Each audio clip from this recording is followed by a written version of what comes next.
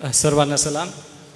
आजच्या अध्ययन वर्गाला आपण सुरुवात करूया. एसी चर्च नंदुरबार, दुधाळे शहर आणि शहारोनच्या वतीने आपणा सगळ्यांचं जे या ठिकाणी उपस्थित आहे व जे ऑनलाईन या सभेचा लाभ घेत आहेत, ख्रिस्त येशूमध्ये स्वागत करतो व प्रभू येशूच्या गोड आणि सुमधुर नावात आपणाला सलाम सांगतो. प्रियजन हो, अध्ययन करत करत आता आपण दुसऱ्या शृंखलेमध्ये आलेलो आहोत आणि या दुसऱ्या शृंखलेमध्ये पहिल्या पुस्तकाचं पहिलं सत्र आज आपण अध्ययन करणार आहोत. माझा विश्वास आहे की पहिल्या शृंखलेमध्ये जी 20 निर्णायक तत्व आपण अध्ययन केली, आपण अभ्यास केली, त्याद्वारे आपल्या जीवनाला एक नवी दिशा मिळालेलीच आहे. यासाठी प्रशिक्षक म्हणून पुष्कळ मेहनत आहे, कष्ट आहे. आम्ही डॉक्टर रेव्हरेंड जी जयकर पाळक साहेबांसाठी प्रार्थना करूया, जे अध्ययन वर्ग त्यांनी मागील दिवसात घेतले व आता येत्या दिवसांमध्ये या अध्ययनाच्याद्वारे एक नवी पायरी आपण चढणार आहोत. तर प्रभुदेवा त्यांच्याद्वारे आम्हाशी बोलो व या अध्ययनासाठी लागणारी शक्ती, बळ आणि कृपा स्वर्गीय भांडारातून त्यांनाही पुरवो. या प्रार्थना करू. हे दयाळू पित्या, आम्ही आभार मानतो कारण की विश्वासाची ही जी प्रथम तत्वे आम्ही शिकत आहोत, ते बापा यामध्ये प्रतिदिवशी आम्ही प्रगती करत पुढे चालत आहोत. प्रशिक्षक म्हणून सेवा करीत असताना रेव्हरेंड जी जयकर पाळक साहेबांना प्रभू तू कृपा पुरवित आहेस, सहाय्य पुरवित आहेस. यासाठी आमचे माननीय अध्यक्ष महोदय, आमची चर्च कमिटी यांच्यासाठी प्रभू आम्ही तुला धन्यवाद देतो कारण की तो दूरदृष्टिकोन तू त्यांना दिलास व मंडळ्या शिक्षित व्हाव्यात. प्रत्येक सेवक वर्गांना पवित्र शास्त्राचं सखोल ज्ञान नव्याने प्राप्त व्हावं यासाठी ही योजना आखलेली असताना प्रभू हे अध्ययन वर्ग आम्हा सगळ्यांसाठी आशीर्वादाचे होऊ दे. आजच्या तासिकेला प्रभू आम्ही तुझं सहाय्य मागतो, कृपा मागतो. आम्हास तू चालीव. पुढील वेळ सर्व तांत्रिक अडचणीपासून संरक्षण देऊन आजचं अध्ययन आशीर्वादाचं होऊ दे पित्या. ही प्रार्थना तारणाऱ्या प्रभू येशू ख्रिस्ताच्या गोड नावात केली म्हणून तू ऐक. आमेन.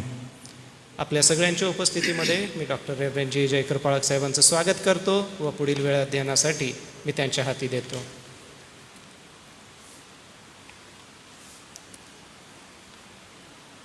पुन्हा एकदा देवाची स्तुती असो की त्याने आपल्याला शृंखला 2 यामधील अभ्यासासाठी असणाऱ्या 4 पुस्तिकांचा अभ्यास सामूहिकरीतीने मंडळीमध्ये करण्याची आपल्याला संधी दिली.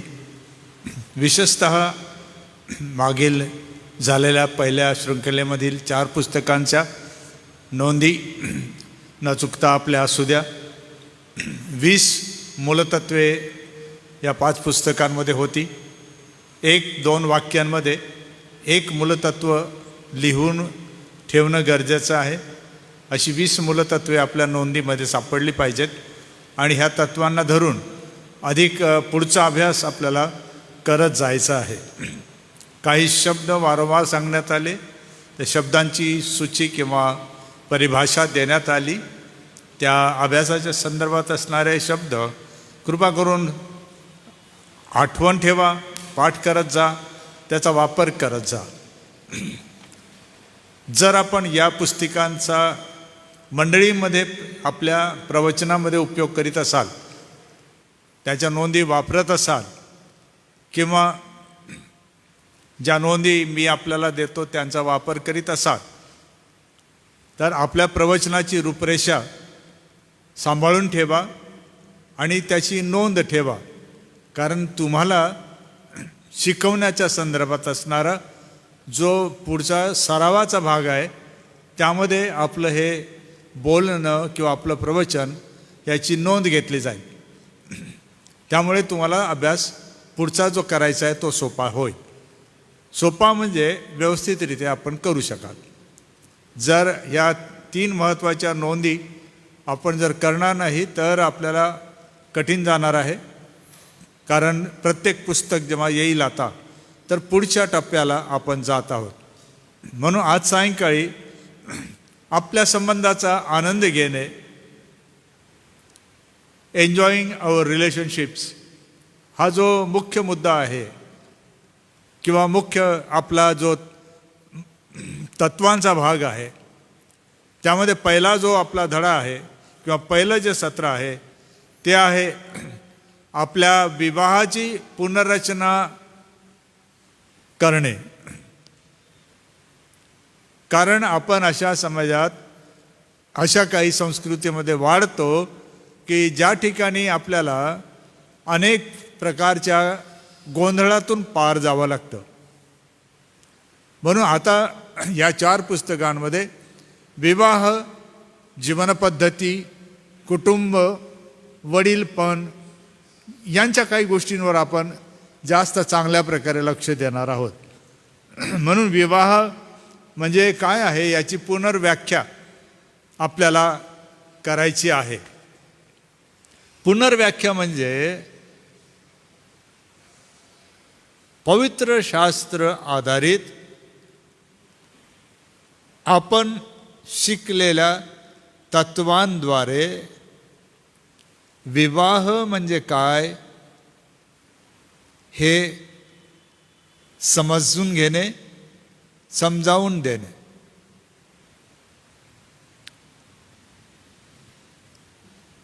ज्यांचा विवाह होणार आहे, ज्यांचा विवाह झालेला आहे, त्या सर्वांसाठी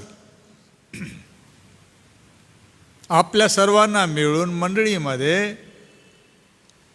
एक आढावा घ्यावा लागेल की आपण ज्या विवाहांना स्थापन केलं किंवा रचलं, ती रचना पवित्र शास्त्राच्या मूलतत्वांवर आधारित होती, आधारित आहे की सांस्कृतिक तत्वांवर, सामाजिक तत्वांवर, मानवी तत्वांवर किंवा कुठल्याही तत्वांवर आधारित नाही.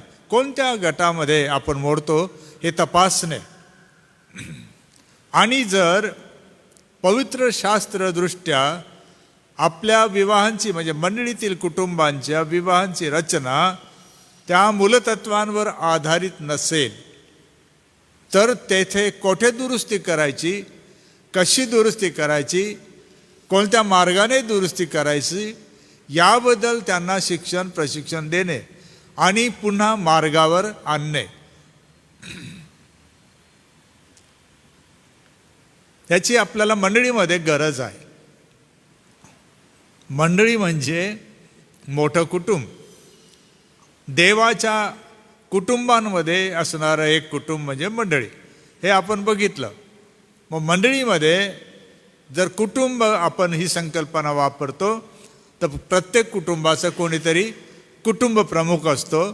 त्या प्रकारे मंडळीमध्ये वडील हे त्या कुटुंब प्रमुखाची भूमिका बजावतात.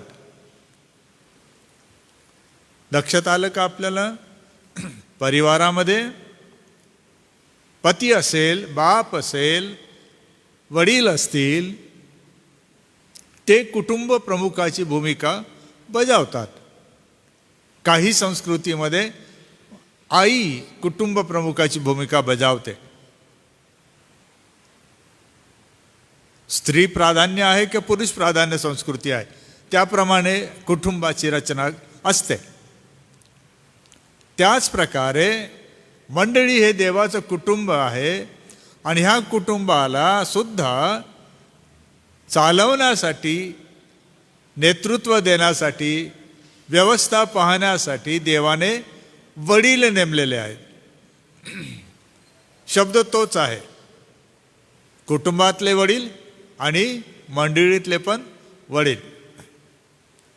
म्हणून वडील कुटुंबाची जशी निगा राखतात, काळजी घेतात, पुरवठा करतात, शिस्त लावतात, शिक्षण देतात, त्या प्रकारे मंडळीरूपी कुटुंबामध्ये देवाने नेमलेल्या वडिलांनी आपली भूमिका निभावणे आवश्यक आहे, असा त्याचा अर्थ आहे.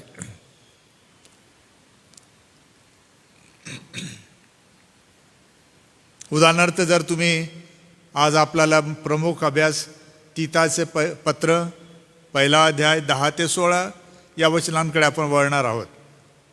आपल्याला PDF दिलेलीच आहे.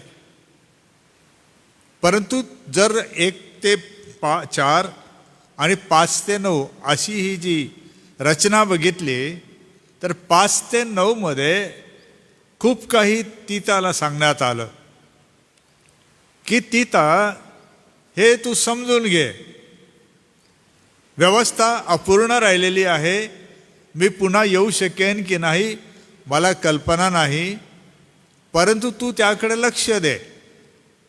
आणि हे लक्ष देताना ज्या गोष्टींची व्यवस्था मी तुला करायला नेमलं आहे त्या गोष्टींची व्यवस्था तू नीट बघ. विशेषतः कुटुंबांकडे लक्ष दे. ज्या प्रकारे कुटुंबांचा प्रमुख कुटुंबाची काळजी घेतो, त्याच प्रकारे देवाच्या कुटुंबाची काळजी घेण्यासाठी त्या कुटुंबावर नेमलेले वडील कसे असावेत, त्यांची कर्तव्ये काय असावीत, त्यांचं जीवन कसं असावं हे समजून घे आणि त्या प्रकारे तू नेमणूक कर किंवा निवड कर, असं त्याला सांगण्यात येतं. 10 ते 16 मध्ये जो आज आपला मुख्य अभ्यास आहे, यामध्ये विविध गोष्टीकडे आपण लक्ष देणार आहोत. त्यामध्ये काही विचार असा आहे, एक म्हणजे कुटुंबांचा किंवा संपूर्ण घराण्याचा त्यांच्या विश्वासाचा नाश कशामुळे होतो तर कशामुळे, आणि त्यानं जर वाचवायचं असेल तर आपल्याला काय करावं लागेल. कोणत्या अशा गोष्टी आहेत की ज्यामुळे कुटुंबे ही नष्ट होतात, तुटतात, त्यांच्यावर आघात झाला असेल, काही चुकलं असेल, बहकले असतील, तर त्यांना आपल्या विश्वासामध्ये दृढ करण्यासाठी काय करायला पाहिजे. वडिलांच्या खांद्यावर कोणती जबाबदारी आहे की जेणेकरून ते या नाशाच्या मार्गात चाललेल्या, तुटणाऱ्या, ध्वस्त होणाऱ्या कुटुंबांना ते पुन्हा माघारी आणू शकतील, वळवू शकतील, त्यांचा विश्वास मजबूत दृढ कसा करू शकतील.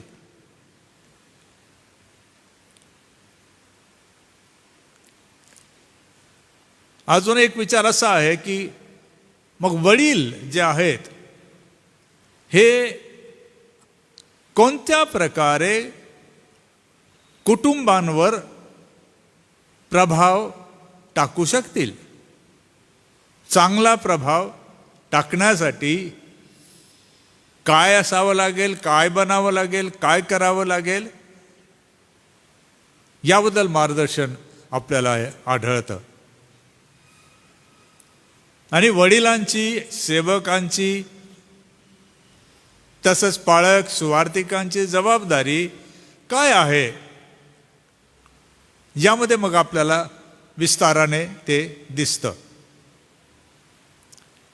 की लोक, त्यांची संस्कृती, त्यांचा व्यवहार कसाही असो, देवाने जर तुम्हाला वडील म्हणून, कुटुंबाचा प्रमुख म्हणून किंवा मंडळीचा दास म्हणून तुम्हाला जर नेमलं आहे, मला जर नेमलेलं आहे, तर आपली जबाबदारी काय,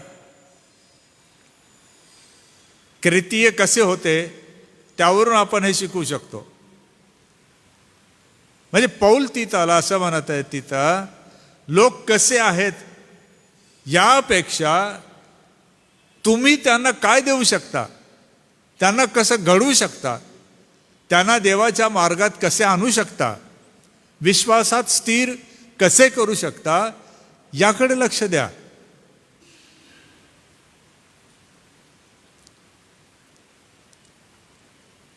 तो म्हणतो तिथं हे सोपं आहे, लोकांना दोष देऊन तेथून पळवाट काढणे. हे कोणत्याही वडिलाचं काम नाही. कोणतेही वडील असे करत नाही की घरात जर व्यवस्था ढासळली तर ते सहजासहजी सोडून देत नाही वाऱ्यावर की जाऊ द्या, होऊ द्या, होऊ द्या, असं म्हणत नाही. ते वडील प्रयत्न करतात ती ढासळलेली व्यवस्था पुन्हा कशी उभारता येईल. त्यासाठी वेळ लागेल, त्यासाठी श्रम लागतील, पैसा लागेल, मदत लागेल, परंतु असा कोणताही कुटुंबाचा प्रमुख नसतो ज्याला व्यवस्था आपल्या घराची ढासळताना दिसते तर तिकडे तो दुर्लक्ष करून म्हणतो होऊ द्या, पडू द्या, ढासळू द्या, नष्ट होऊ द्या. असं कोणताही वडील करत नाही. त्याच प्रकारे मंडळी रूपी कुटुंबामध्ये अशी दुरावस्था होऊ नये म्हणून तुम्ही कटाक्षाने काळजी घ्या. का तर काही गोष्टी तारण पावलेल्यांच्या गटामध्ये आपोआप येतात. कसं तर आपली संस्कृती, त्यामुळे काही गोष्टी आपण आपल्यासोबत घेऊनच येतो ख्रिस्ताकडे. आपली समाज व्यवस्था, आपला समज की समाज म्हणजे काय, आपलं वैयक्तिक वागणं स्वच्छंदी आहे, स्वैराचारी आहे की शिस्तबद्ध आहे, म्हणजे गृहसंस्कार आपण कसं काय करतो ते हे आपल्यावर सुद्धा अवलंबून असतं.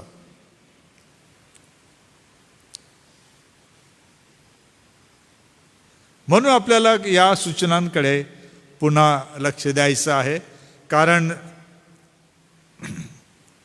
पौलाचं म्हणणं हे आहे शेवटी की जर असं केलं तर मग आपण ढासळणारी कुटुंब व्यवस्था म्हणजे जी दैहिक आहे ती पण आणि आध्यात्मिक आहे ती पण आपण तिला आधार देऊन आवरून सावरून पुन्हा उभं करू शकू. पण हे काम सोपं नाही, हे फार कठीण काम आहे. म्हणून तीताला अनेक गोष्टी सांगण्यात आल्या. पहिले तीताने तसं बनलं पाहिजे, वागलं पाहिजे आणि शिकवलं पाहिजे. त्याच प्रकारे प्रत्येक वडिलाने मंडळीतल्या शिकलं पाहिजे, बनलं पाहिजे, वागलं पाहिजे. म्हणजे कुटुंबे स्थिरावतील, विश्वासात दृढ होतील आणि देवाच्या गौरवासाठी जगू लागतील.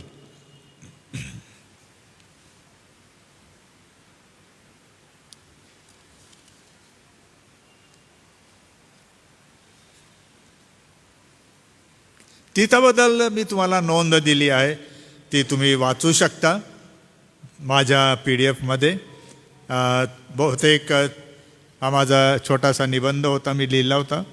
तर तुम्ही ते वाचून त्यावरून समजून जाईल तुम्हाला की क्रेतीय कोण होते आणि त्यांची संस्कृती काय होती, त्यामध्ये त्यांना विशेषतः कोणत्या गोष्टी प्रभावित करीत होत्या त्या पण तिथे मी दिलेल्या आहेत. पान क्रमांक 2 वरून मी थोडं आपल्याला सांगतो, कारण तिथाबद्दल आपण बऱ्याचदा ऐकलं आहे आणि सायंकाळच्या मननामध्ये सुद्धा ते आलेलं आहे. पान क्रमांक 2 वर क्रेतीय कोण होते. क्रेतीय लोकांना मिनिऑन संस्कृतीचे वंशज मानले जात असे.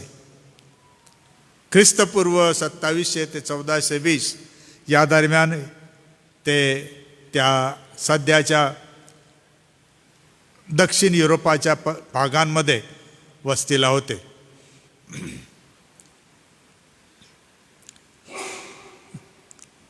जेव्हा प्रभू येशू ख्रिस्त आला, पौलाने सेवा कार्य केलं, त्यावेळेला त्यांच्यामध्ये निर्णय प्रकारचे पंथ काम करत होते, अस्तित्वात होते. या पंथांमध्ये वेगळ्या वेगळ्या पंथांचा मी उल्लेख केलेला आहे. त्याच्यामध्ये एक आहे ग्नोसॉस, हा पंथ होता. ऑगस्टस होता, रोमा होता. पण ग्नोसॉस विभाग जो आहे त्या विभागामध्ये एका क्लॉडियस नावाचा पंथ होता. या क्लॉडियस हा म्हणजे त्याला दैवी पण प्रदान करण्यात आलं होतं, म्हणून त्याची पूजा करण्यात येई, उपासना करण्यात येई. सोबतच मग मिसर किंवा इजिप्तमध्ये इसिस किंवा आयसिस नावाचा व सेरापिस नावाचा पंथ प्रचलित होता क्रेतावर. ॲस्क्लेपियस ही देवी देवता जी होती, ही अशी शिकवण देत होते तिच्याबद्दल की आरोग्य देणारी देवता आहे. आणि त्यासोबत ते नागिन म्हणजे सर्प देवतेची ते उपासना करीत होते.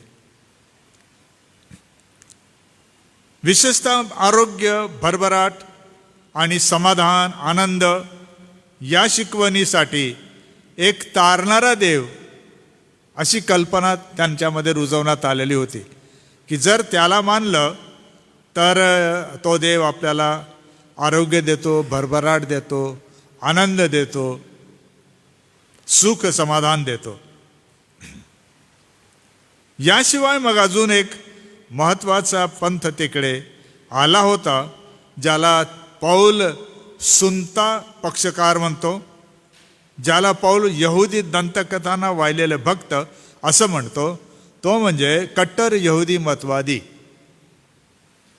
जे येशू ख्रिस्ताला व त्याच्या सुवार्तेला सतत विरोध करीत असत.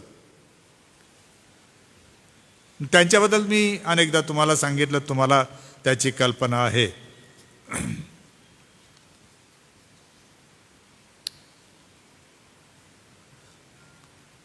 आणि हे सर्व बघितल्यावर क्रेत नावाच्या या बेटावरील साधारणपणे 30-40 प्रमुख गावांमध्ये किंवा शहरांमध्ये विश्वासणाऱ्यांचे गट निर्माण झाले.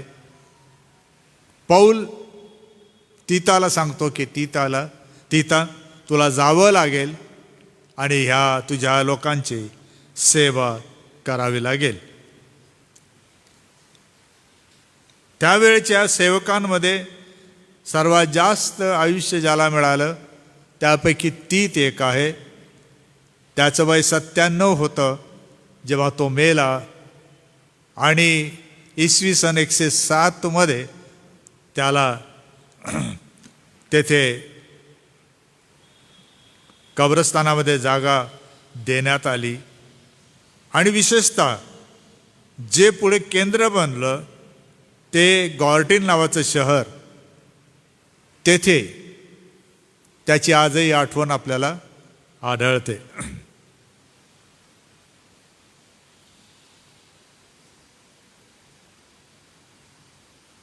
शास्त्रभाग आहे त्याकडे आपण वळू. तीताचं पत्र, पहिला अध्याय 10 ते 16. पौल असं लिहितो तीताला, कारण अनावर व व्यर्थ बोलणारे आणि फसविणारे पुष्कळ लोक आहेत, त्यात विशेष करून सुनता झालेल्यांपैकी आहेत. त्यांचे तोंड बंद केले पाहिजे. जे शिकवू नये ते अनितीने पैसा मिळविण्यासाठी शिकवून ते संपूर्ण घराण्याच्या विश्वासाचा नाश करीतात. त्या लोकातील त्यांचाच कोणी एक संदेष्टा म्हणतो, क्रेतीय सदा लबाड, दुष्ट पशु, आळशी व खादाड असतात. ही साक्ष खरी आहे म्हणून कडकपणे त्यांच्या पदरी दोष घाल, यासाठी की त्यांनी यहुदी कहाण्या व सत्यापासून बहकलेल्या माणसांच्या आज्ञा याकडे लक्ष न देता विश्वासात खंबीर व्हावे. शुद्ध जनास सर्व काही शुद्ध आहे, परंतु विटाळलेले व विश्वास न ठेवणारे यांना काहीच शुद्ध नाही. त्यांची बुद्धी व विवेकभाव ही विटाळलेली आहेत. आपण देवाला ओळखतो असे ते बोलून दाखवितात, परंतु कृतींनी त्याला नाकारतात. ते अमंगळ, आज्ञाभंजक व प्रत्येक चांगल्या कामास नालायक आहेत.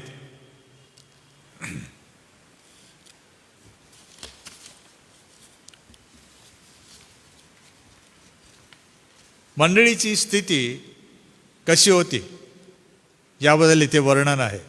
आणि ह्या स्थितीचा दुष्परिणाम म्हणजे त्याकडे लक्ष दिल्यामुळे, त्या खोट्या शिक्षकांचं ऐकल्यामुळे, त्या चुकीच्या संकल्पनांना आपल्या जीवनाचं तत्त्व बनविल्यामुळे कुटुंब विस्कळीत झाले, कुटुंबांचा नाश होऊ लागला, भ्रष्टता वाढू लागली आणि नको ते गैरवर्तन, नको त्या प्रकारच्या पद्धती, चालीरीती त्या मंडळांमध्ये अस्तित्वात येऊ लागल्या, निर्माण होऊ लागल्या.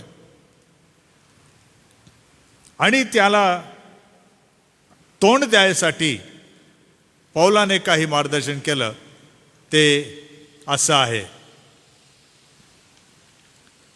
पहिली गोष्ट आहे पान क्रमांक 3 वर, या सत्राबद्दल आपण जे करणार ते अभ्यास करायला पाहिजे ते, की जे कुटुंब ख्रिस्ताचे व त्याच्या कुटुंबविषयीच्या योजनेविरुद्ध वागतात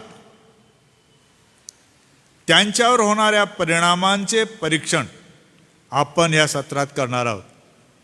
हा जो अभ्यास आहे यामध्ये आपल्याला काही परिणाम पाहायचे आहेत. आणि हे परिणाम म्हणजे त्या कुटुंबांमुळे हे परिणाम निपजले.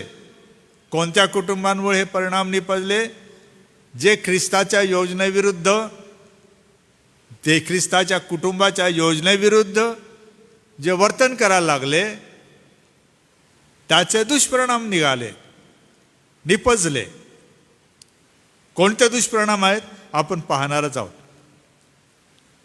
म्हणजे तत्व असं आहे, प्रभू येशू ख्रिस्ताच्या कुटुंबविषयीच्या योजनेप्रमाणे कुटुंबांची स्थापना होणे व त्यांना टिकविणे याची गरज आहे. पौलाचं काय म्हणणं आहे? जे कुटुंब या तत्वावर आधारित आपल्या कुटुंबाची रचना करीत नाहीत, ते विस्कळीत होतात, ते तुटतात, फुटतात, ते बर्बाद होतात. असं व्हायचं नसेल तर त्यांनी येशू ख्रिस्ताचं जे तत्व, म्हणजे मूलभूत तत्व कुटुंबविषयक, म्हणजे जी त्याची कुटुंबविषयक योजना, त्याप्रमाणे आपल्या कुटुंबाची रचना करावयास हवी.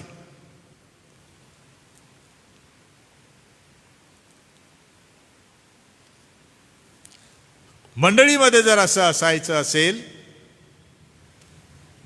तर मंडळीमध्ये विश्वास ठेवणारे वडील आपल्याला हवेत. 5 ते 9 मध्ये त्यांची व्याख्या करण्यात आलेली आहे.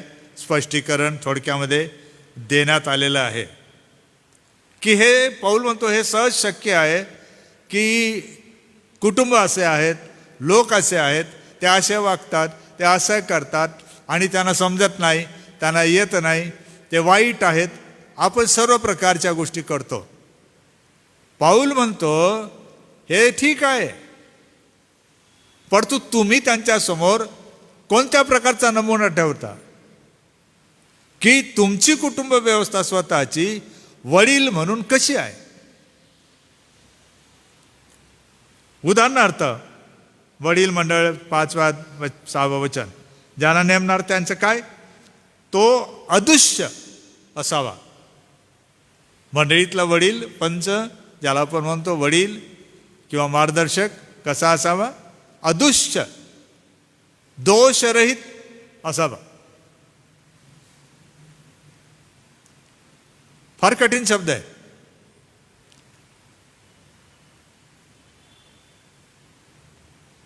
एका स्त्रीचा पती, येथे आपल्याला काही वेळेला चर्चा करावी लागेल, कारण हा केवळ ईश्वर विज्ञानविषयक विषय नाही, हा समाजशास्त्राचा आणि संस्कृतीशास्त्राचा, त्याचप्रमाणे मानववंशशास्त्राचा हा विषय आहे की पुरुषाने एकपत्नी प्रथा किंवा बहुपत्नीत्व प्रथा स्वीकारायची की स्त्रीने बहुपतित्व प्रथा स्वीकारायची की एकपतित्व एक पत्नीत्व स्वीकारायचे की कौमारी अवस्था आयुष्यभर जपायची, लग्न करायचं नाही. पण लग्न न करणे म्हणजे ब्रह्मचर्य नाही. ब्रह्मचर्य म्हणजे कौमारी अवस्था मरेपर्यंत जपणे. स्त्री आणि पुरुष कुठल्याही प्रकारे आपल्या शरीराला अशुद्ध करत नाहीत असे लोक, विशेषतः लैंगिक बाबतीमध्ये, त्यांना ब्रह्मचारी कौमार्य जपणारे लोक असं म्हणतात.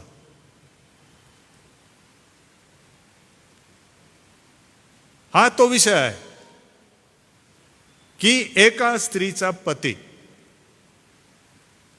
पुढे कुटुंब आहे, त्याचं लेकरं बाळ आहेत, त्याची मुले कशी असावीत?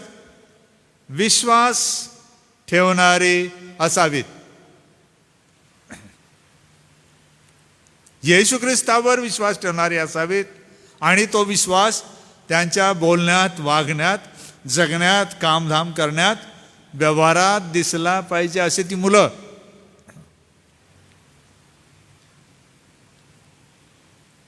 या वडिलांवर, त्यांच्यावर आहे, अनेक वचने आहे ते. वडील शब्द प्रयोग अनेकांबद्दल आहे, एकाबद्दल नाही. त्यांच्यावर बेतालपणा केल्याचा आरोप आलेला नसून ती अनावर नसावी. त्यांच्यावर म्हणजे या मुलांवर, या वडिलांची जी मुलं आहेत, लेकरं आहेत, ते बेतालपणे वागत नाही म्हणजे त्यांच्यावर आरोप त्यांनी केलं की नाही माहीत नाही, पण आरोप पण नसावा त्यांच्यावर की बेताल मुलं आहेत, आपल्या आईबापाच्या कह्यात ताब्यात राहत नाही. अनावर असा शब्द परत आला. आणि ह्या वडिलांचा जो प्रमुख अध्यक्ष, मग तो देवाचा कारभार आहे म्हणून कसा असला पाहिजे? परत तेच. विशेषतः वचन 9 की दिलेल्या शिक्षणानुसार जे विश्वसनीय वचन त्याला धरून राहणारा असावा, यासाठी की त्याने सुशिक्षणाने बोध कराव्यास व उलट बोलणाऱ्यांना कुंठित कराव्यास समर्थ व्हावे. शिक्षण हे जे वडील आहेत, वडिलांना चालविणारे प्रमुख जे आहेत, त्यांच्या कितीतरी गोष्टी, साधारणपणे 13 गोष्टी आपल्याला वाचायला मिळतात. ही त्यांची लक्षणं सांगितलेली आहेत.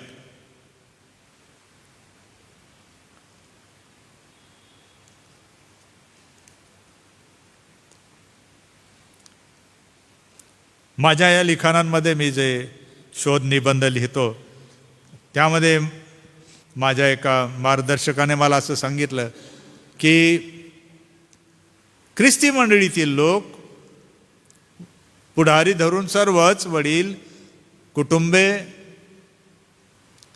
वर्षानुवर्ष देवाचं वचन ऐकतात. देवाच्या वचनाची घोषणा केली जाते, बायबल उपलब्ध आहे, त्यांना समजतं, परंतु तरी पण त्याप्रमाणे येशू ख्रिस्तावर विश्वास ठेवायला साशंक राहतात, शंका निर्माण करतात. मग येशूने खरंच केलं असेल का? येशू असाच असेल का? आणि खरंच मरणातून उठला असेल का? खरंच जीवन झालेलं असेल का? असे असंख्य प्रश्न निर्माण करतात आपल्या जीवनात आणि सत्याने, प्रामाणिकपणे येशूला स्वीकारत नाहीत. त्याला शरण जाऊन म्हणत नाही, मला माहीत नाही प्रभू येशू तू खरोखर आहेस. त्याची निवड करताना, त्याच्यावर विश्वास ठेवताना हजार प्रश्न निर्माण होतात आणि वर्षानुवर्ष वाट पाहतात. इथपर्यंत की त्या चोरासारखं म्हणे की जेव्हा त्याला क्रुसावर चढवण्यात आलं तसं की त्याची वेळ आल्यावर मग मी कबूल करेन. मग त्या मित्राने मला असं म्हटलं, पण मंडळीच्या वडिलांबद्दल आणि पंचांबद्दल आणि सेवकांबद्दल आपण डोळे झाक करतो आणि सरळ डोळे बंद करून चालेल म्हणतो, हे कसं काय? तारणारा प्रभू येशू ख्रिस्तावर विश्वास ठेवून त्याचा अधिकार मान्य करायला वर्षानुवर्ष लागतात. सहज कोणी करत नाही. मंडळीचे वडील, पंच किंवा लीडर हे आपण जेव्हा निवडतो, आपण डोळे झाकून कसं काय एकदम अचानक निवडून घेतो? हे कसं होतं? म्हणे एक फार मोठं कोड आहे. आणि ही गोष्ट आपल्याला दिसते बऱ्याचदा.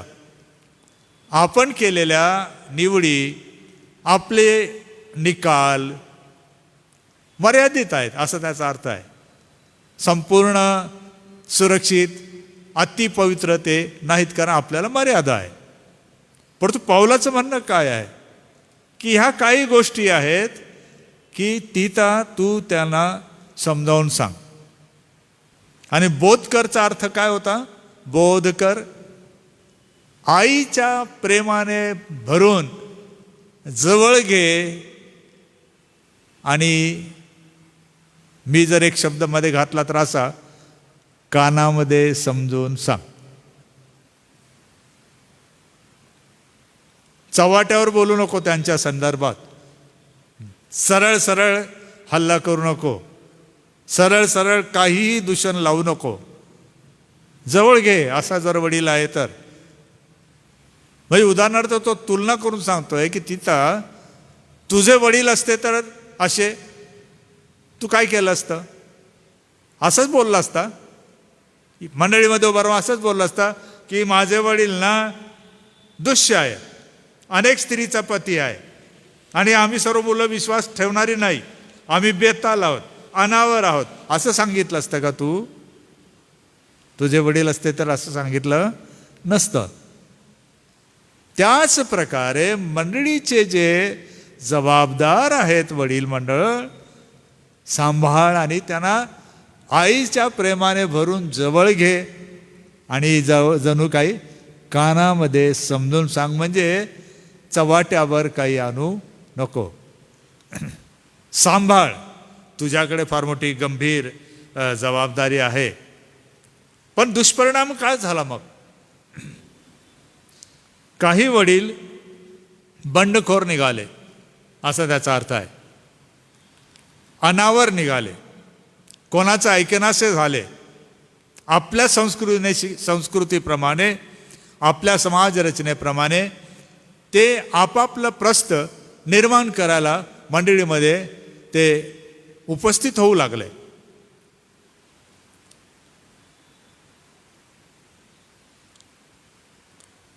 पौल म्हणतो वचन 10 मध्ये, पुष्कळ लोक.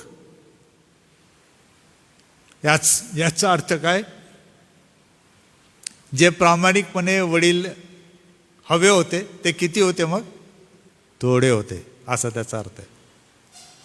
पण ज्यांनी ऐकलं नाही, परंतु त्यांनी आपला हेतू सिद्ध करण्यासाठी गडबड करायला सुरुवात केली मंडळीमध्ये, तर पौल म्हणतो ते किती आहेत? पुष्कळ.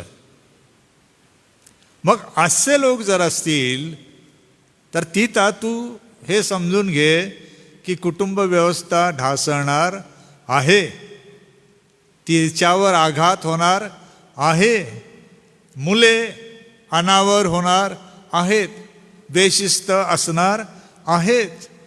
का? तर आपलेच काही वडील काय करतात? ते अनावर.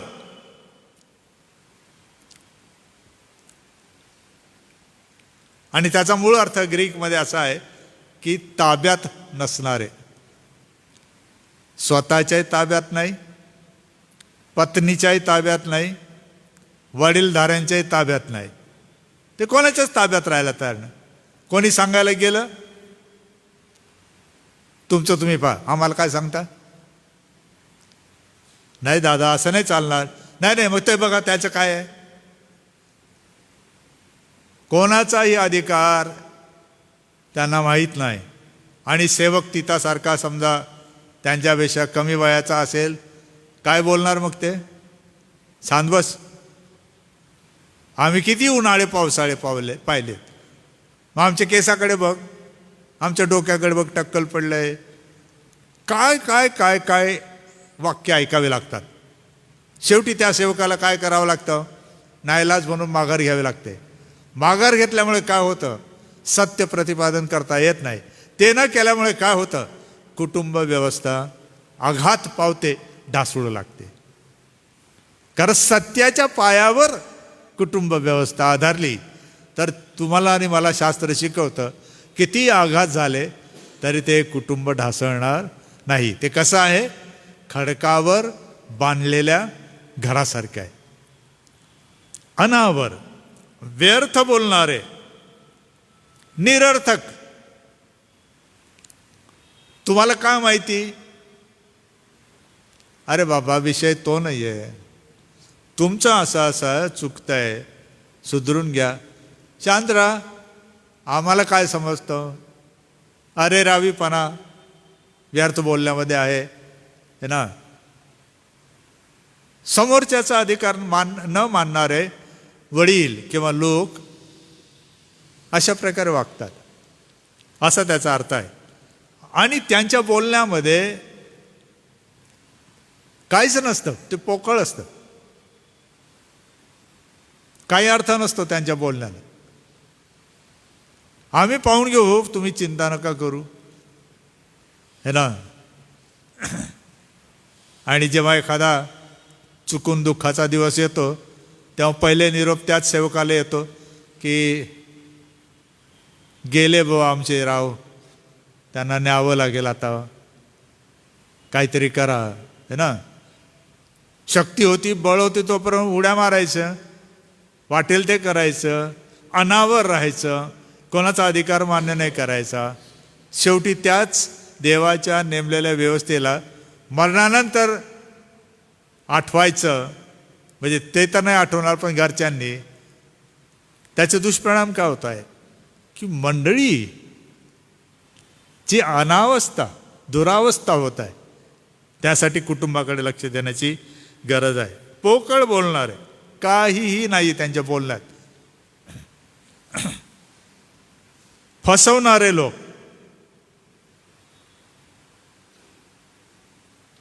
भुरळ घालून आपल्याकडे ओढून घेणारे. फसवणारे म्हणजे मोहक भाषण. आपण शिकलो कलसेकराच्या पत्रामध्ये, त्याला काय म्हटलेलं आहे? लाघवी भाषण. त्यांचं बोलणं असं असतं की आपल्या तोंडातली लाळ गळेल इथपर्यंत आपल्याला अभिलाषा निर्माण होतात. गोड, सुंदर, चांगल्या प्रकारे. पण कशासाठी करतात ते? भुलवण्यासाठी, बहकवण्यासाठी, फसवण्यासाठी, चुकीच्या दिशेने नेण्यासाठी ते असं करतात. विशेष करून सुनता झालेल्यापैकी ते आहेत. म्हणजे ते यहुदी आहेत बरेच जण.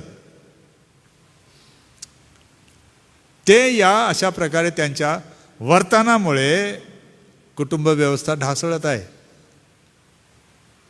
ती त्याला काय कर्तबगारी करायची होती मग? वचन 11 मध्ये त्यांचं येणं जाणं तू काय कर, आता बंद कर. असं आहे का?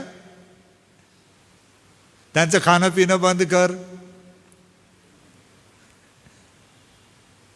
त्यांचं बोलणं बंद कर, असं आहे का?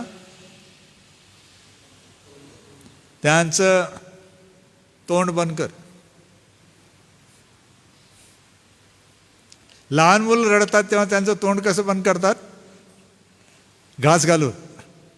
त्यांच्या तोंडात घास घातला की ते आपोआप शांत व्हावं लागतात. तोंड बंद केलं पाहिजे, हा जो मूळ शब्द प्रयोग आहे ग्रीकमध्ये, त्याचा अर्थ असा आहे, तुम्ही जनावरं बघितली असतील, जेव्हा धान्य तुडवलं जातं किंवा शेतामध्ये वखरलं जातं तेव्हा त्या जनावरांचे मुसके बांधले जातं, असं म्हणतात. तोंडावर जाळी लावली जाते. त्यांना सगळीकडे हिरवं हिरवं दिसतं, खाऊ शकत नाही. त्यांचे पाय बांधून उपयोग नाही, त्यांचे डोळे बांधून उपयोग नाही. त्यांचं काय बांधायला पाहिजे? तोंड. का बरं तसं करायला पाहिजे? कारण जे शिकू नये ते अनितीने कशासाठी करतात? ते अनितीने काय मिळवायचं त्यांना? पैसा. लक्षात ठेवा, ही गोष्ट परत परत सांगत आलो आहे मी या अभ्यासामध्ये. खोट्या शिक्षकांचा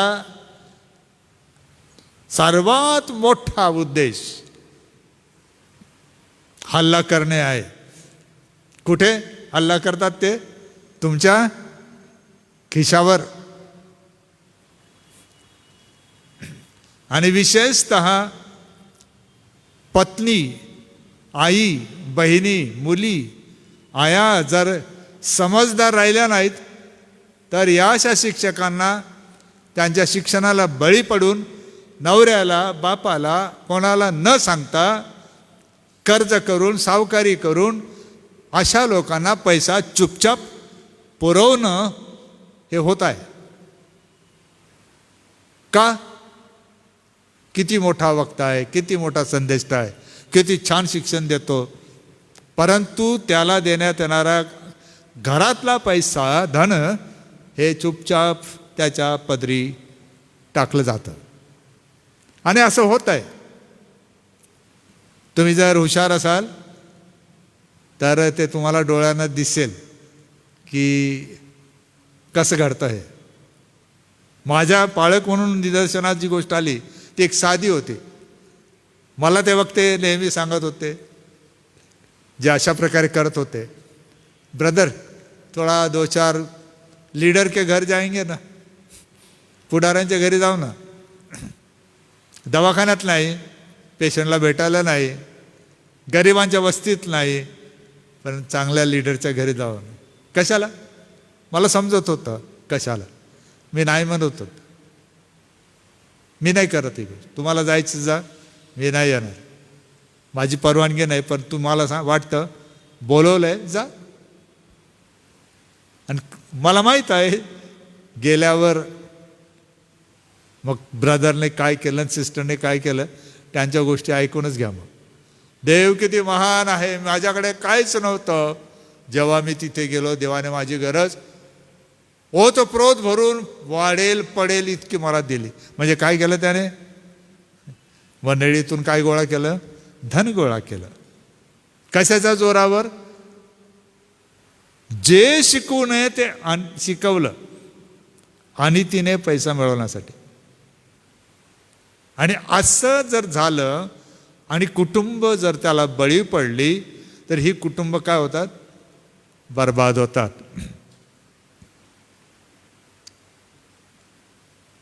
खबरदारी घेण्याची गरज आहे कुटुंबांना, वडिलांना, की असं होता कामा नये.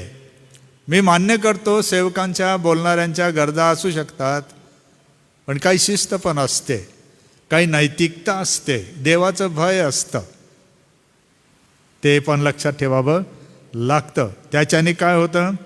संपूर्ण घराण्याच्या विश्वासाचा नाश होतो. थोड्याशा अभिलाषेपायी पूर्ण घराण्याचा नाश. विशेषतः कशाचा? त्यांच्या विश्वासाचा. खोटे शिक्षक तुम्हाला सत्य कसं काय सांगतील? तुमचा हा जर गैरसमज आहे तर दूर करा. कोणताही खोटा शिक्षक देवाचं सत्य तुम्हाला सांगू शकत नाही. त्याला उत्तर काय? वडिलांना, मंडळीला, कुटुंबांना काय ठाऊक असायला हवं? देवाच्या वचनाचं सत्य, असं त्याचा अर्थ आहे. जर आपण सत्य शिकलो, सत्य वचन आपण जर ऐकून समजून घेतलं, त्या आधारावर आपली जीवन पद्धती आली, कुटुंब व्यवस्था आली, तर आपल्यावर आघात जरी झाले, काही वेळेला चुका झाल्या अशा, त्या दुरुस्त करता येतात. परंतु झालेलं नुकसान भरून मिळेल याची काही खात्री नाही. आपल्या भागात हे घडलेलं आहे, मला स्वतःला अनुभव आहे, म्हणून मी फार नम्र विनंती करतो वडील मंडळाला, सेवकांना, आपण स्वतः अनितीने काहीच करू नका. विशेषतः पैसा जमवू नका, काहीही सांगू नका, काहीही शिकवू नका. त्याचा परिणाम कुटुंबांच्या विश्वासाचा नाश होण्यामध्ये होणार आहे. आणि ह्याचा हिशोब तुम्हाला मला द्यावा लागणार आहे. गंभीर आहे ना ही गोष्ट. 12व्या वचनापासून पुढे लोकांची परिस्थिती कशी होती हे आपण पाहिलेलं आहे मागे. मी जास्त काही बोलत नाही त्यावर.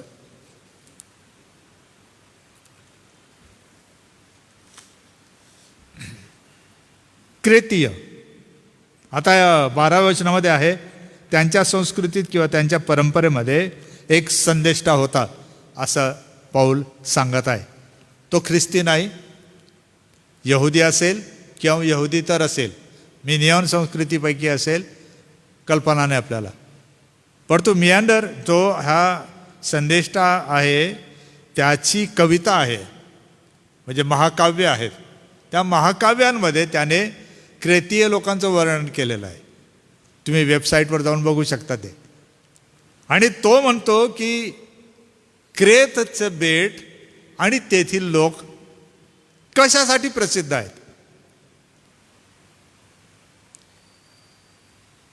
आणि पौल म्हणतो वचन 13 ही साक्ष खरी आहे. तो जे सांगतोय त्यांच्या लोकांमधला संदेष्टा किंवा संकल्प निवेदक, त्याची साक्ष काय आहे? खरी आहे. असंच आहे.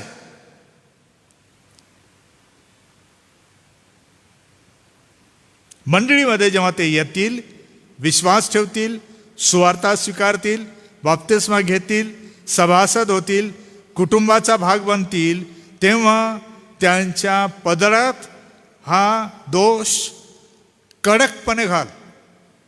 शब्द आहे कडकपणे. मला माहीत नाही पौलाच्या डोक्यात कोणतं चित्र असावं. दोष कडकपणे पदरी घालणे. मला असं वाटतं दोष हा जर डाग होता तर डाग घासण्यासाठी जे काही असेल ते नरम नसेल.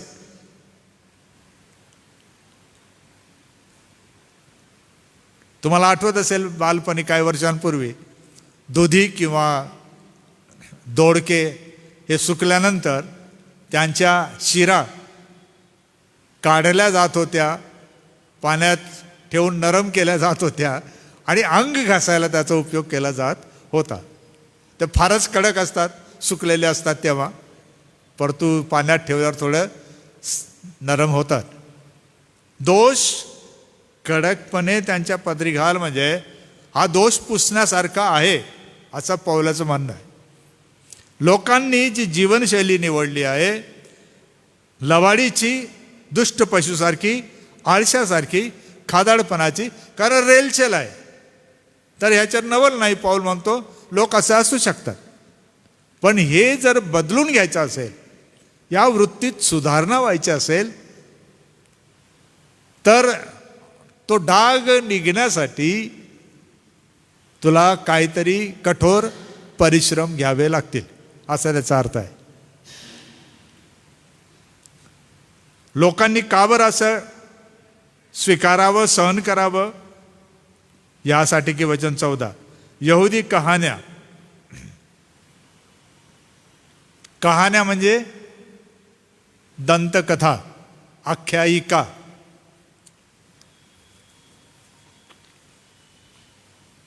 त्याच्यामध्ये निरनिराळ्या प्रकारच्या कथा ज्या घडलेल्या नसतात किंवा कुठेतरी ऐकलेलं असतं का, एके दिवशी एका ठिकाणी एक राजा झाला, कोणत्या ठिकाणी कोणत्या दिवशी कोणत्या नावाचा राजा काही माहीत नाही. दंतकथा, पुराणकथा म्हणतो आपण, कधी कधी आख्यायिका म्हणतो. तोंडाने सांगित आल्या, परंपरेनुसार सांगत आले, दंतकथा. शोधायला गेलं तर कठीण जाईल, सत्यामध्ये ते अस्तित्वात असतील नसतील माहीत नाही. दंतकथा त्या मनोरंजक आहेत.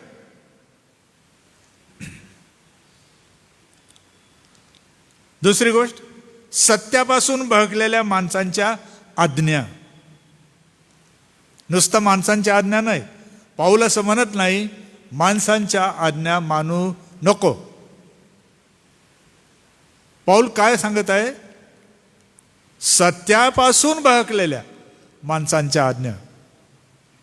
मंडळीला शिकव, कुटुंबांना शिकव, जी माणसे सत्यापासून बहकलेली आहेत त्यांच्या आज्ञा पालन करू नका, तुमचंच नुकसान होईल.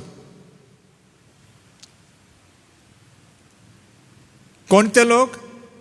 जे सत्यापासून बहकलेले आहेत ते.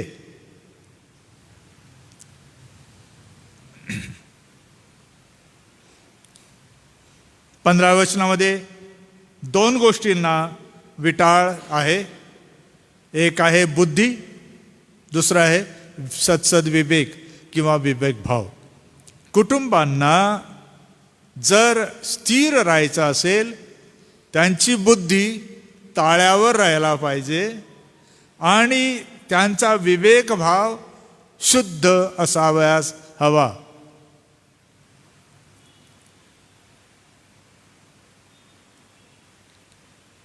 ते जर झालं नाही तर कुटुंबांना धोका होतो.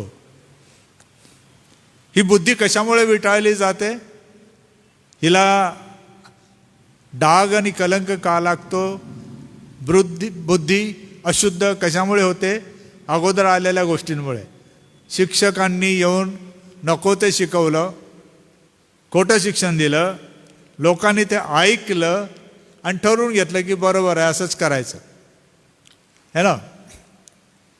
सत्सद विवेक किंवा विवेक भाव का बरं डागाळला गेला? सत्य न ऐकल्यामुळे. कारण सत्सद विवेक आपल्याला सत्य असत्य, चांगलं आणि वाईट, योग्य अयोग्य याची जाणीव देतं. अयोग्य ऐकल्यामुळे, चुकीचं ऐकल्यामुळे, भ्रष्ट ऐकल्यामुळे सत्सद विवेक जो आपला दिवा आहे त्याला काळोखी येऊ लागली, तो विझायला लागला, त्याला सुद्धा विटाळ लागला. विटाळ शब्द किळसवाना, घाण, अशुद्ध वगैरे वगैरे आहे. आणि विशेषतः हा शब्द प्रयोग पवित्र मंदिराच्या संदर्भात वापरण्यात आलेला आहे, की ज्यामुळे कोणालाही देवाच्या सान्निध्यात जाण्याचा अधिकार देण्यात आलेला नव्हता. जी कुटुंबे, जे वडील ज्यांना विटाळ लागला आहे, त्यांना देवासमोर तसंच येऊन उभं राहता येणार नाही. उलट आहे, आले तर दंडास पात्र ठरतील. आपल्याला त्यांना हे शिकवायचं आहे कोणत्या गोष्टींमुळे हे होतं, विटाळ होतो. त्या अगोदर आलेल्या आहे 5 ते 9 मध्ये शिकवायचं आहे त्यांना. या गोष्टी जर कराल तर हा विटाळ आहे, देवासमोर तुम्हाला उभं राहता येणार नाही. मग काय करायचं? क्षालनाच्या पद्धती आहेत, वेगळ्या वेगळ्या गोष्टी. म्हणजे याजक ज्या प्रकारे अशुद्धतेतून एक व्यक्ती शुद्ध झाली हे जाहीर करीत असे, त्या प्रक्रियेतून त्या कुटुंबाला पार व्हावं लागेल. वेगळ्या वेगळ्या कुटुंबाला वेगळ्या वेगळ्या त्यांच्या दोष पात्रतेला दूर करायचे प्रकार आहेत. जसं कुष्ठरोग होता, महारोग होता, त्यांना छावणी बाहेर ठेवण्यात येत होतं, काहींना घरात बंद करून ठेवण्यात येत होतं, काहींना नदीमध्ये जावं लागत होतं 7 वेळेला स्नान करायला, 7 दिवस यायचं नाही वगैरे वगैरे. कोणत्या कोणत्या गोष्टी आहेत? क्षालन पद्धती. प्रभू येशू ख्रिस्ताचे रक्त आम्हाला सर्व पापापासून शुद्ध करते व सर्व अनितीपासून दूर करते, बरोबर. पण म्हणून केवळ बोलण्याने होत नाही. ते गाणं आपण म्हणतो ना, येशूच्या रक्ते भरले धुण्याचे कुंड जाण, जे पापी त्यात घातले ते होती शुद्ध प्राण. आणि शेवटी देवाला ओळखतं असे बोलून ते दाखवतात, कृतीने नाकारतात. केवळ एवढं बरोबर नाही. हे वडील मंडळ असो, कुटुंब प्रमुख असो, कुटुंब व्यवस्था असो, मंडळी असो, आपण देवाला ओळखतो असं बोलून दाखवणं पुरेसं नाही. आपल्या कृतींनी ते सिद्ध करा. तुम्ही म्हणता, मी म्हणतो आपला देव पवित्र आहे, कृतीने सिद्ध करा. नीतिसंपन्न आहे, कृतीने सिद्ध करा. शुद्ध आहे, कृतीने सिद्ध करा. सत्य आहे, कृतीने शुद्ध करा. जे जे आपण देवाबद्दल विश्वास ठेवून मान्य करतो ते आपल्या जीवनात आपल्या कृतीने, कुटुंबाने, कुटुंबाच्या वागण्याने, असण्याने, वडिलांनी त्यांच्या जीवन पद्धतीने प्रीताने त्याच प्रकारे वागून वर्तून दाखवायचं आहे की ते देवाला खरं ओळखतात. जे नाकारतात ते कसे आहेत? अमंगळ, परत तेच तोच शब्द. त्यांना विटाळ लागलेला आहे, घाण लागलेली आहे. ते आज्ञाभंजक आहेत, भयंकर. आणि प्रत्येक चांगल्या कामास काय आहेत ते? मराठीत शब्द जरा मला तो वाचायला कसं तरी वाटतं नेहमी, पण तसंच लिहिलेलं आहे की नालायक आहेत. असं न हो कधी की मी जेव्हा हे घेऊन देवासमोर येईल, देव मला म्हणेल, अरे अमंगळ आज्ञाभंजक तर होताच, प्रत्येक चांगल्या कामास तू काय? नालायक. पाऊल गंभीरपणे घेत आहे कुटुंब व्यवस्था. आणि ही कुटुंब व्यवस्था जपायची असेल, कुटुंबांना आपल्याला अमंगळाच्या ऐवजी पवित्रता, आज्ञाभंजकाऐवजी आज्ञापालक आणि चांगल्या कामास नालायकच्या ऐवजी लायक आणि उपयोगी बनवायचं आहे. आणि असं करायचं असेल तर पौल म्हणतो, तुम्ही यामध्ये लक्ष घाला आणि कुटुंबांना सांभाळा. कारण खोटी नकल करणारे, सत्याचा आभास निर्माण करणारे, ज्यांना पौल नालायक म्हणतो, ते विवाहविषयक तत्वांना भ्रष्ट करतात आणि ख्रिस्ताच्या तत्वांवर आधारलेले विवाह रचण्यात अडथळा आणतात. हे लोक काय करतात? नकल, सत्याचा आभास निर्माण करतात. विवाहविषयक सत्य हे जुमानत नाही, स्वीकारत नाही आणि ख्रिस्ताच्या तत्वावर आधारलेले विवाह रचण्यास विरोध करतात. असं त्याचा अर्थ आहे. कुटुंबांनो, काळजी घ्या. आणि सेवक वर्ग हो, मंडळीचे वडील हो, अगदी मनापासून मी तुमचे देवाकडे आभार मानत असताना विनंती करतो, समजून घ्या, व्यवस्थितपणे दुरुस्त करून घ्या. देवाकडे या, परत लेकरांना सांगा, आपल्या घरातल्या सर्वांना समजून सांगा. समजून सांगा म्हणजे आई मुलाला जवळ घेऊन कानामध्ये गुजगोष्टी करते त्या प्रकारे की बाबा, आई, मामा, बेटा, मुली, येशू ख्रिस्ताच्या सत्यावर आधारलेलं जीवन असेल तरच ते टिकेल, नसेल ते टिकणार नाही. तू किती कमव, किती मिळव, किती मोठा बन, मोठी बन, बेटा, जर तू या ख्रिस्तरूपी पायावर आपलं जीवन, आपला विवाह रचत नाही तर तुला पुढे त्रास आहे, धोका आहे. आणि अशा मुलामुलींनी आईबापाला जवळ घेऊन प्रेमाने समजून सांगा, बाबा, आपल्याला तसं करता येणार नाही, कारण येशू ख्रिस्ताचं तत्व हे आहे, ही आवश्यकता आहे. आणि देव करो की या प्रकारचे दिवस पुन्हा एकदा आपल्या मंडळांमध्ये देव निर्माण करो की जेथे आपल्याला आपल्या भविष्याच्या पिढीला या सत्याचा वारसा देता येईल आणि त्यांचं भलं झालेलं पाहून आपल्याला आनंद करता येईल. पण धोके लक्षात असू द्या. अनितीने पैसा मिळवणारे यांच्यापासून सावध रहा. पौलाने त्यांना सावध केलं.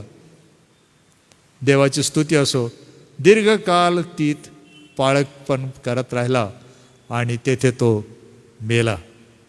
देवाची स्तुती असो त्या सेवकासाठी, तीतासाठी, तिमोथ्यासाठी. आणि पौलाने त्यांना घडवलं त्यासाठी. वडील मंडळ आज यासाठीच आहे, केवळ सेवकांनाच नाही, मंडळीतल्या परिवारांना घडवण्यासाठी तुम्हाला देवाने नेमलेलं आहे.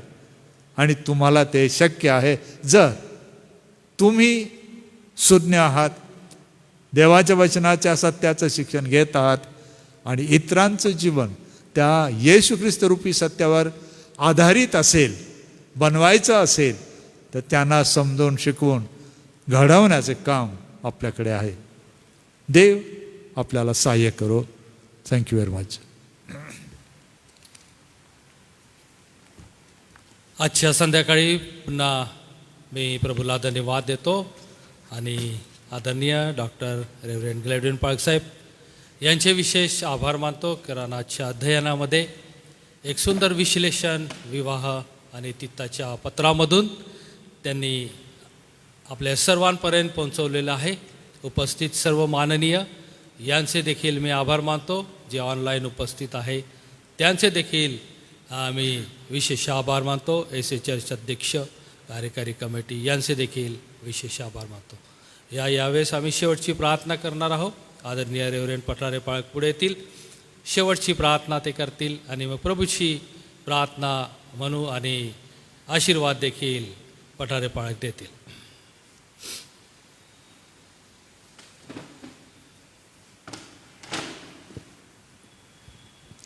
गौरवी प्रभू, आम्ही तुला धन्यवाद देतो. आज सायंकाळी पुन्हा एक वार या पवित्र शास्त्र प्रशिक्षणामधून प्रभू ज्या गोष्टी तिताला पौलाने समजावून दिल्या आणि तिताने त्या अति कर्मठ अशा त्या बेटावर राहून परमेश्वरा त्या तुझ्या भयात त्या दासाने प्रभू जे सेवा कार्य केलं त्याला तू दीर्घायुष्य दिलं आणि त्याचा उपयोग प्रभू त्या काळातील त्या मंडळांना स्थिरवण्यासाठी होऊ दिला. तुझा आभार मानतो प्रभू.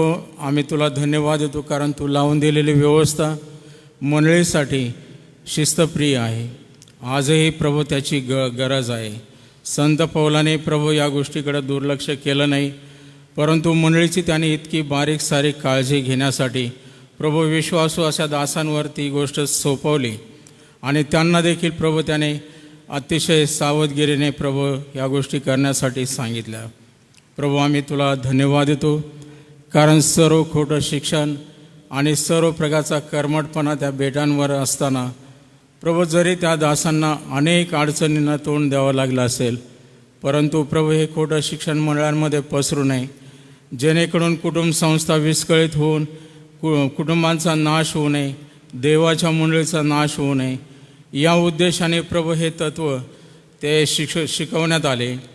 आणि जे प्रभू त्या सत्यामध्ये राहिले ते जरी थोडके होते तरी पण प्रभू त्या सत्यावर मंडळांची तू उभारणी केली. जे खोटे शिक्षणाला बळकून गेले ते नाश पावले, परंतु देवापा आज आम्ही धन्यवाद देतो, या सत्याच्या पायावर आजच्या आमच्या मंडळ्या उभारलेल्या आहेत. आम्ही प्रार्थना करतो की ही काळाची पुन्हा एकदा गरज आहे आणि म्हणून प्रभू हे तत्व आमच्या सर्व मंडळांना समजू दे आणि आम्ही समजून उमजून प्रत्येकाने वागावं वर्तावं अशी कृपा होऊ दे. वडील मंडळीचे जे पुढारी आहेत त्यांच्या संबंधाने देखील प्रभू तुझी जी योजना होती या नवीन व्यवस्थेमध्ये जर वडील नीतिमान राहिले, ते शुद्धाचरणी राहिले, तर त्यांची कुटुंब, त्यांची मुलाबाळं एक चांगल्या पिढ्या निपजतील आणि चांगली मंडळी त्या काळामध्ये स्थापित व्हावी, हा तुझा उद्देश होता. आणि देवबापा, आम्ही तुझे आभार मानतो की जे लोक वडीलजन ज्यांनी आपल्या मुलाबाळांना देखील या सुशिक्षणामध्ये वाढवलं, घडवलं, प्रभू ते आशीर्वादित झाले. आम्ही प्रार्थना करतो की आजच्या काळातील या मंडळांमध्ये देखील हे तत्त्व शिकवत असताना प्रत्येक वडिलाला जबाबदार म्हणून जे सेवक वर्ग तरुणपणामध्ये प्रभू हे सेवा कार्य करत आहेत त्यांना तू धैर्य आणि सामर्थ्य दे आणि प्रत्येकाने हे तत्त्व आत्मसात करावं, आपल्या आचरणात आणावं आणि त्यांनी आपल्या मुलाबाळांना, आपल्या मुलीला त्याचा प्रसार करावा असा अनुग्रह तो होऊ दे. आम्ही तुझे आभार मानतो देवापा, या सर्व गोष्टीचं मार्गदर्शक म्हणून आम्हाला तुझे दास तू लावू दिले आणि ते अति मेहनत करून प्रभू हे तत्त्व गिरवण्यासाठी प्रभू खोल अभ्यास करून प्रभू आम्हासमोर ते मांडत आहेत. आम्ही प्रार्थना करतो या गोष्टी व्यर्थ जाऊ नयेत, तर त्या आशीर्वादित व्हाव्यात, फायदेशीर व्हाव्यात आणि आमच्या मंडळ्या या सत्याच्या पायावर उभारल्या जाव्यात अशी आम्ही आग्रहाची प्रार्थना करतो. पुन्हा एक वार प्रभू आम्ही तुझे आभार मानतो, जे ऑनलाईन जोडले गेलेले आहेत त्यांच्याबद्दल आणि जे या मंदिरामध्ये हजर आहेत, आम्हा सर्वांना तू आशीर्वादित केलं त्याबद्दल आम्ही तुझे आभार मानतो. हे अध्ययन आम्हाला फक्त बुद्धीपुरतं नव्हे, परंतु आमच्या अंतःकरणामध्ये उतरू दे आणि ते आचरणामध्ये येऊ दे. या सुशिक्षणाचा उपयोग आमच्या मंडळात आशीर्वादित व्हाव्या यासाठी देखील होऊ दे. पुन्हा एक वार तुला धन्यवाद देतो आज सायंकाळच्या बायबल स्टडीबद्दल. येशूच्या नावाने मागतो म्हणून तो ऐक. आमेन. स्वर्गातील पित्या, तुझे नाम पवित्र मानले जाओ, तुझे राज्य येऊ, जसे स्वर्गात तसे पृथ्वीवरही तुझ्या इच्छेप्रमाणे हो. आमची रोजची भाकर आज आम्हास दे, आणि जसे आम्ही आमच्या ऋणास ऋण सोडितो तसेच तू आमच्या ऋणापासून सोड, आणि आम्हास परीक्षेत आणू नकोस, तर आम्हास सर्व वाईटापासून सोडू. कारण की राज्य, सामर्थ्य आणि गौरव ही सर्व काळ तुझीच आहेत. आमेन. आणि आता आपला तारणारा प्रभू येशू ख्रिस्त याची कृपा, देवबापाची प्रीती आणि पवित्र आत्म्याची गोड संगती या बायबल अध्ययनामध्ये सहभागी झालेल्या सर्व पुढारी वर्गांबरोबर, देवाच्या दासांबरोबर, आमच्या एस चर्चबरोबर, देवाची मंडळी आणि इस्रायल राष्ट्र यांच्याबरोबर आता आणि सदा सर्व काळ असो. आमेन. रात्री ईश्वरा तू मजला सांभाळ, आयुष्यभर राखी तू कराव प्रतिपा.